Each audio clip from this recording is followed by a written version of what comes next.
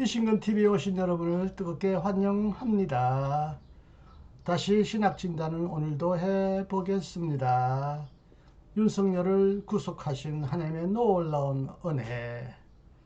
그러나 또 이런 제목이 생각이 납니다. 예수가 나를 구속하셨다? 오, 싫어요. 지난밤 2시쯤 윤석열이가 드디어 다시 구속되었다고 합니다. 소수의, 아주 적은 소수의 윤석열 지지자들이 그 무더위 속에서 그 구속을 반대하는 시위를 했지만, 역시 엄정한 법의 원칙에 따라서 그리고 대다수의 우리 국민의 염원을 담아 드디어 윤석열이 구속되었다는 놀라운 소식, 기쁜 소식을 접했습니다. 이에 따라서 저는 구속이란 말이 얼마나 기독교적으로 오늘날 부적절하거나 오염된 말인지 한번 고민해 보기로 하겠습니다. 끝까지 함께 해주시기 바랍니다. 짧은 영상입니다. 이렇게 윤석열이가 다시 구속되고 나니까 페이스북에 여러 패친들이 아주 재미나는 글을 올려주셨습니다. 먼저 정영진 목사, 샘솟는 약수교회 담임 목사, 서신학대학교에서 저한테 배웠던 제자이고요. 수원에 있는 샘솟는 약수교회에서 목회하고 있는 아주 씩씩한 젊은 소장 목사 정영진 목사가 이렇게 재미나는 글을 올렸더군요.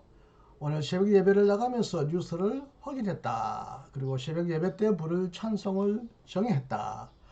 하나님의 은혜로 이 쓸데없는 자 왜 구속하여 주는지 난 알 수 없도다. 내가 믿고 의지하는 주께서 무더위에 사이다를 주셨다. 저는 이 글을 읽고 얼마나 웃었는지 모르겠습니다. 옛날에도 저는 이 찬송을 이와 비슷하게 빗대어서 패러디해서 설명하거나 또 신학생들에게 가르친 적이 있거든요. 쓸데없는 자, 정말 윤석열을 구속하여 주셔서 참 그 하나님의 은혜를 알 수 어렵다. 참 무더위에 하나님이 주신 시원한 사이다다. 아주 멋진 글이었습니다. 이 글에 대해서 제가 이제 바로 기쁨으로 답장을 달았죠. 댓글을 달았죠. 그 노래가 윤과 넘을 위해 작사된 것이로구나. 그럼 그렇지. 선하신 하나님이 착한 사람을, 그리고 예수님을 잘 믿는 사람을 구속할 리는 만무하지. 그랬더니 바로 우리 멋진 정영진 목사가 또 댓글을 달아 대꾸했습니다. 가사 하나하나가 참 은혜롭습니다. 이렇게 재밌는 우리 후배 제자 목사였는지 이제 처음 알았네요. 그러자 제가 다시 옛날에 저의 기억을 떠올리며 이렇게 댓글을 달았습니다. 서울신대 수업 시간에 요즘 사람들은 이 가사를 오해할 수 있으니 이렇게 고쳐 부르라고 가르치고 자주 함께 부르곤 했지. 하나님의 은혜로 이 쓸데 적은 자 왜 구원해 주는지 난 알 수 있도다. 저는 그 찬송을 좋아하고 또 아코디언을 배워서 학생들 앞에서 특히 첫 수업할 때는 아코디언으로 찬송 하나를 같이 부르곤 했습니다. 아코디언 반주에 맞춰서 열심히 부른 곡 중에 하나가 이 곡인데요. 이 가사가 통 제게 마음에 들지 않아서 너희들은 이렇게 그대로 부르지 말고 곡을 고쳐서 가사를 고쳐서 부르라고 하면서 이렇게 불렀거든요. 하나님의 은혜로. 네, 하나님의 은혜죠. 이 쓸데없는 자 하니까 너무 자신을 비하하는 거예요. 한때 복음주의 운동에서 인간을 너무 죄인이다, 큰 죄인이라고 말하면서 자신을 너무 열등한 존재, 몹쓸 존재, 나쁜 존재, 아주 그냥 죽어 마땅할, 물론 그렇게 표현을 하지만 이해가 되지만 너무 자기 자신을 낮추는 이 글이 굉장히 마음에 안 들었습니다. 예수님 믿기 전에 그랬다고, 예수님 믿고 난 다음에는 참 쓸데가 많은 자다, 하나님의 놀라운 아들이 되었다, 자녀가 되었다고 고백하지만 너무 극단적으로 예수님을 안 믿는 사람이 쓸데가 없는 자인가요? 아무리 예수님을 모르고 예수님을 거부해도 하나님은 다 쓰시잖아요. 쓸데없다라고 하는 말은 너무 지나친 자기 비하여서 쓸데적은 자라라고 고치자. 근데 이 적은 자를 구속했다고 하는 말은 오늘 현대에게는 도저히 이해할 수 없고 받아들일 수 없는 말입니다. 우리 기독교인들만 쓰는 그런 비밀 용어가 되었어요. 구속은 그야말로 윤석열을 구속하신 하나님의 놀라운 은혜라고 말을 했던 것처럼 감금하고 체포한다는 법적인 용어로만 썼고요. 혹은 뭐 어떤 다른 사람을 꼼짝 못하게 그렇게 억압하고 가두고 자유를 박탈하는 사람 행위를 구속한다라고 우리가 쓰긴 쓰지만 우리를 구원한다라는 의미에서 현대인은 이 말을 구속이란 말을 하지 않습니다. 구속은 결국 나를 가두는 하나님처럼 이해되기 때문에 이제 구속이란 말 쓰지 말자. 구원해 주시는 하나님이라고 하자. 그 다음에 나는 알 수 없도다 하면 또 이것도 지나칠 정도로 자신을 비하하는 용어가 아닌가. 있을 때 쓸모가 적은 자를 하나님이 구원해 주신 것을 나는 알 수 있구나. 알았다. 확실하게 알았다. 이 놀라운 기쁨을 내가 어떻게 표현할까? 어떻게 전할까? 그런 마음으로 우리가 복음 전도자가 되어야 된다고 하는데 없다는 말도 알 수 없다는 말도 물론 하나님의 은혜가 너무 커서 인간의 청량과 계산을 넘어서는 큰 은혜라는 의미에서 하나님의 은혜의 크심을 강조하지만 칼바르트가 말한 대로 하나님을 위대하게 하기 위하여 하나님을 인간을 너무 왜소하게 만드는 것은 잘못이라는 거죠.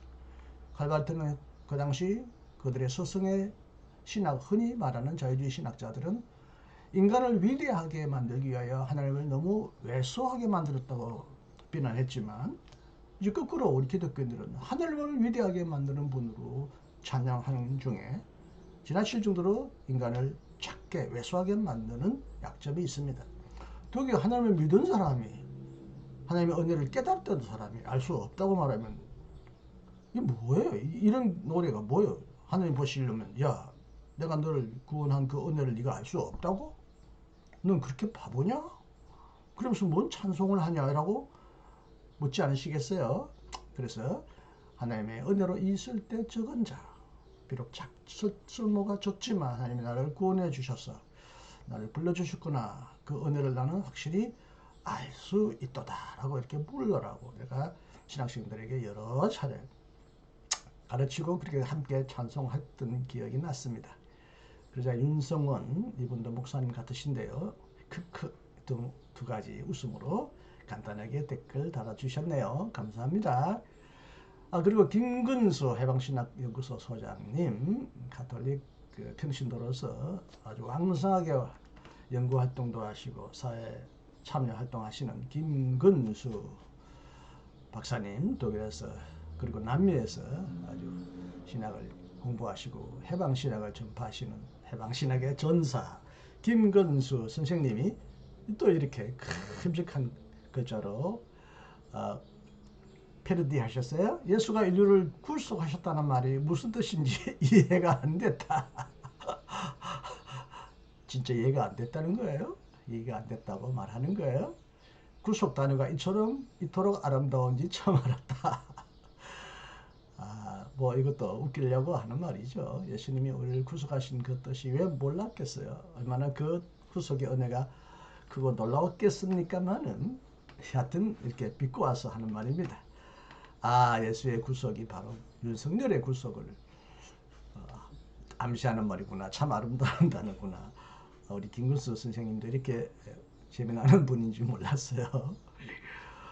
어저께 줌으로 처음 얼굴을 뵀는데 우리 한번 다시 만날 수 있기를 기대하겠습니다. 이렇게 재밌는 분이라면 좀 빨리 만나야 좀 잘 웃을 수 있겠습니다. 여기에 대해서도 제가 바로 댓글을 달았습니다. 썩을 놈을 윤석열을 많은 사람들 윤석열 썩을 놈이라고 표현하니까 저도 그냥 따라 해보았습니다. 썩을 놈을 구속하신 하나님의 은혜가 참 놀라워요. 이 구속은 기독교적인 의미의 구속이 아니고요. 감금 체포했다는 뜻입니다. 그랬더니 김정희라는 분이 또 이분은 또 하나로 한 글자로만 한 장으로 대꾸해 주셨습니다. 정병선 목사님도 또 이제 제도권 교회를 벗어나서 아주 자유롭게 목회하시는 분이시죠. 제가 잘 아는 정병선 목사님은 이렇게 말씀하셨습니다. 역시 허허실실 화법의 천재 있습니다. 허허실실이라고 하나요? 허는 빌허, 실은 가득 찬 실이니까 빈 걸 가지고 가득 채웠다는 뜻입니까? 허허허 웃고 실실실 웃는 어떤 의태어의 표현인가요? 한번 제가 물어봐야 되겠습니다. 허허실실 화법이라네요. 이경영이시라는 분이 또 조금 역설적으로 이렇게 또 표현했습니다. 아름다운 구속. 예, 윤석열을 구속하신 그 하나님의 구속은 아름다운 구속인데요. 당신의 포로가 됨으로써 진정한 사랑과 자유를 알게 됨. 이제 또 이 구속을 이제 성서적인 의미에서가 아니라 구속이 진짜로 당신의 포로로 우리를 구속해 주셔서 진정한 사랑과 자유를 알게 됐다. 이렇게 역설적으로 표현했습니다. 오래전에 종교개혁자 마틴 루터가 그런 얘기 했죠. 그리스도인은 완전히 자유한 자다. 뭐 율법에서 죽으면서 세상의 모든 강요로부터 철저히 자유롭게 된 존재이지만 그러나 또한 모든 사람의 종이 되었다. 그리스도인은 자유자이지만 또한 자발적인 종이 되었다. 이건 이제 하나님이 예수님이 우리를 당신의 포로로 삼아 주셔서 우리를 장악해 주심으로써 진정한 자유와 사랑을 우리가 또 누리게 되었다라는 의미에서 그리스도인의 은혜를 역설적으로 표현한 표현입니다. 이때는 앞에는 구속, 그야말로 감옥에 가두는 구속이지만 뒤에는 진정한 그리스도의 자유를 구속이라는 말로 다시 역설적으로 표현한 말입니다. 정말 또 멋진 표현이 아닐 수 없습니다. 감사드립니다. 자, 예수가 나를 구속하셨다. 오, 싫어요. 진짜 오늘 현대인이 예수님의 복음이 예수님이 피로든 뭐든 구속하시다라고 말을 하면 싫어하는 거죠. 누가 구속을 좋아하는 사람이 어디 있겠어요. 지금 윤석열이가 구속되었다니까 옛날에 뭐 박근혜도 이명박도 또 최근에 뭐 지금 조국님도 감옥에 계시고 뭐 송영길 님도 감옥에 갔다 오셨는데 여름에는 무척 덥다고 그래요. 선풍기 하나로 여름을 지내게 하는데 그 자체가 굉장히 힘든 고역이라고 해서 윤석열이가 구속되어